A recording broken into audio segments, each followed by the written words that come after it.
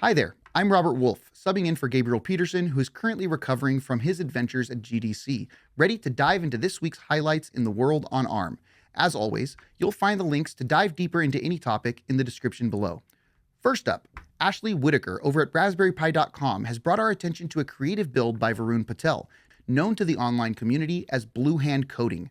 Varun has concocted an RP2040 powered device to tackle the age-old problem of having to get out of bed to open the door. Utilizing an Arduino Nano RP2040 Connect, a motor, and some 3D printed parts, Varun's device is a testament to the quirky and creative spirit of makers everywhere. Diving into the Jetson AI ecosystem where ARM and NVIDIA sync together, Dustin Franklin has released an updated walkthrough on the live Lava demo and WebUI on YouTube, showcasing the integration of multi-model vector database, event filtering, and the new V2.7b model. This collaboration between MIT Han Lab and NVIDIA has brought significant advancements, including dynamic image query changes and the implementation of AI smart cameras. The video description includes links to the actual tutorials, so make sure to check this out.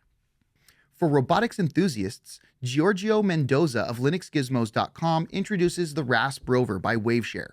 This open-source four-wheel drive AI robot kit compatible with Raspberry Pi models 4 and 5 melds durability with versatility. Its all-aluminum body and dual-controller system offers a robust platform for developers to explore AI vision, operational controls, and more. With the compatibility to mount a pan-tilt camera module, the RASP Rover looks to be a fun choice for someone getting started with robotics on the Pi. On the topic of efficiency, Gary Explains dives into the performance per watt of Google's Tensor G3 chip. In this YouTube video, Gary lays out a comprehensive analysis of the chip's architecture, revealing the intricate balance between power consumption and computational prowess. The Tensor G3, with its unique 9-core configuration, offers insights into the future of mobile computing efficiency.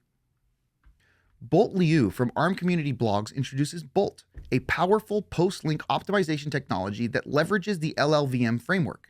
By optimizing executables with Bolt, significant performance improvements were observed across several workloads, including MySQL and Nginx on ARM servers.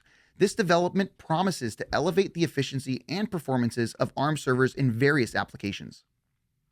Also on the ARM community blogs, ARM has launched Kyle MDK version 6, as spotlighted by Christopher Seidel. This latest version is a boon for developers in embedded, IoT, and Edge ML, marrying ML ops workflows with ARM virtual hardware. Highlights include the introduction of Kyle Studio for a streamlined development experience and free MDK middleware to enrich application building.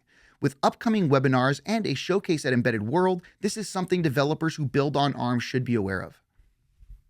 Finally, the lightning talks at this year's GDC Game Developers Conference, held at the ARM booth, contained plenty of valuable insights and innovation.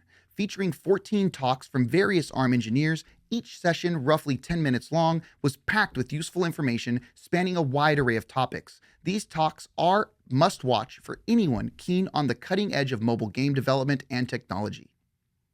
As always, thanks for watching. Links to all the stories talked about here can be found in the description below. Make sure to sign up to the ARM Developer Program, join our Discord, and join our subreddit to keep up to date with the world on ARM.